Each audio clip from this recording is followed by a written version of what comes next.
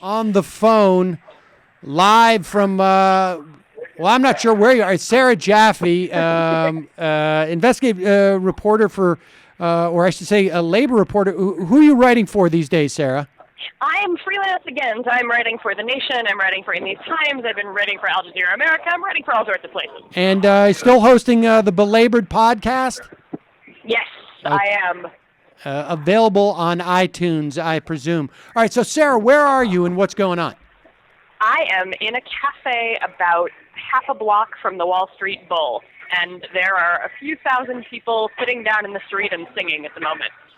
And so what's well, just give us a little bit of the background of from where this Flood Wall Street protest began.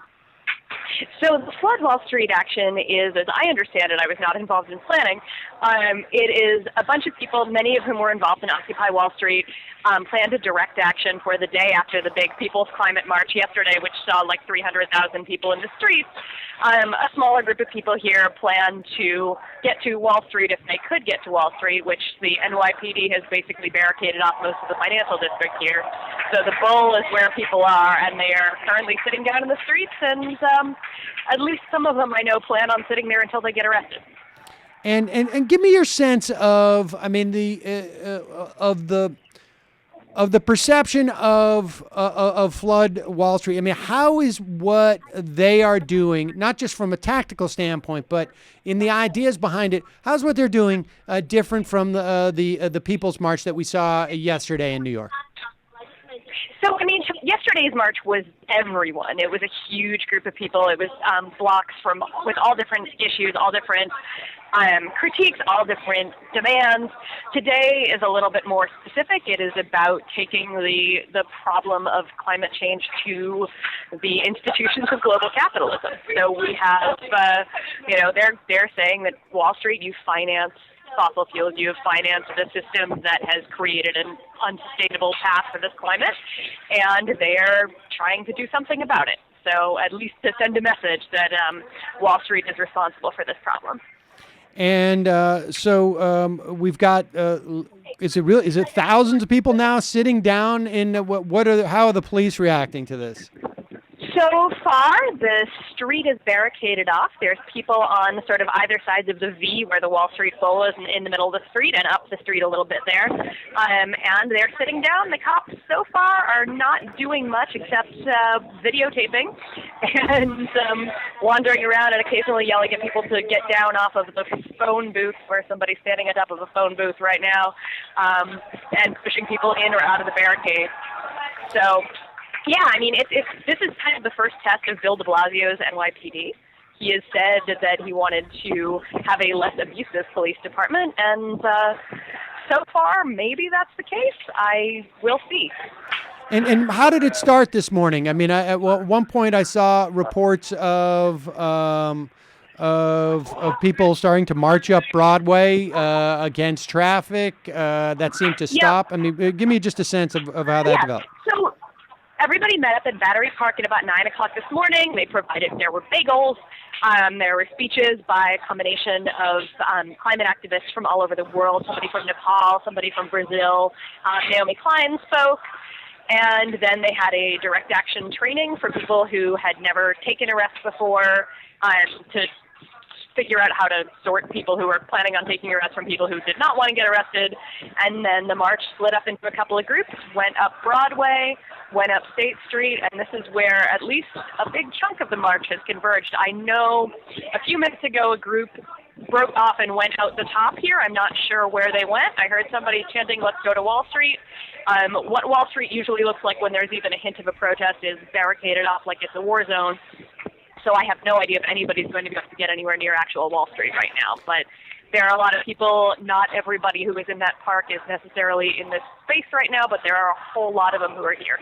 I mean, do you get the sense, well, first off, let me give me a sense of what the difference sort of demographically is from the march yesterday. I mean, yesterday, like you say, I mean, it's I guess it's rather hard to generalize about 300,000 plus people, but no, it's also it's still pretty hard to generalize about 3,000 people.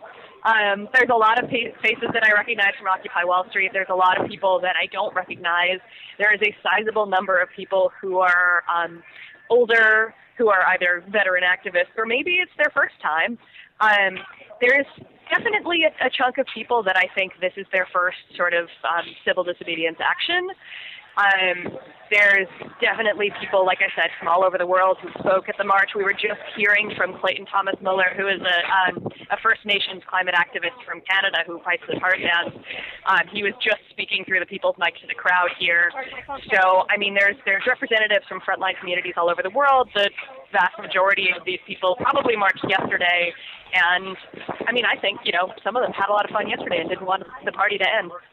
Yeah, and that was the other question I was going to ask you. I mean, do you get a sense that there is a decent contingent of sort of this is the first direct action that they have taken? Yeah, I would say so. There's certainly a lot of people who are veterans at all of this, but yeah, I would say there are definitely people. There are young people who got involved in climate activism through the divestment movement. I would assume I did not pull the crowd, right. But yeah, it does seem like there are people who are doing this for the first time. And does it seem like crowds getting bigger, or is it is people are just sitting down? Where this is the crowd that's going to be there? It's kind of, it looks like a lot of people are in this for the long haul. Like I said, a little group broke off a little bit ago. Some of them were saying they were going to go to Wall Street. I think that there are definitely people who plan on still trying to get down to actual Wall Street. But it looks like that a lot of people have sort of sat down, camped out here, and are willing to sort of stand off with the NYPD and see how long it takes before they actually make arrests. All right. Well, we'll put a link to some live streams that are up around the web right now to what's going on down there. Sarah Jaffe, I appreciate your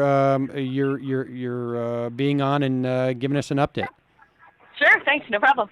So that's that. We've got people sitting around the bull.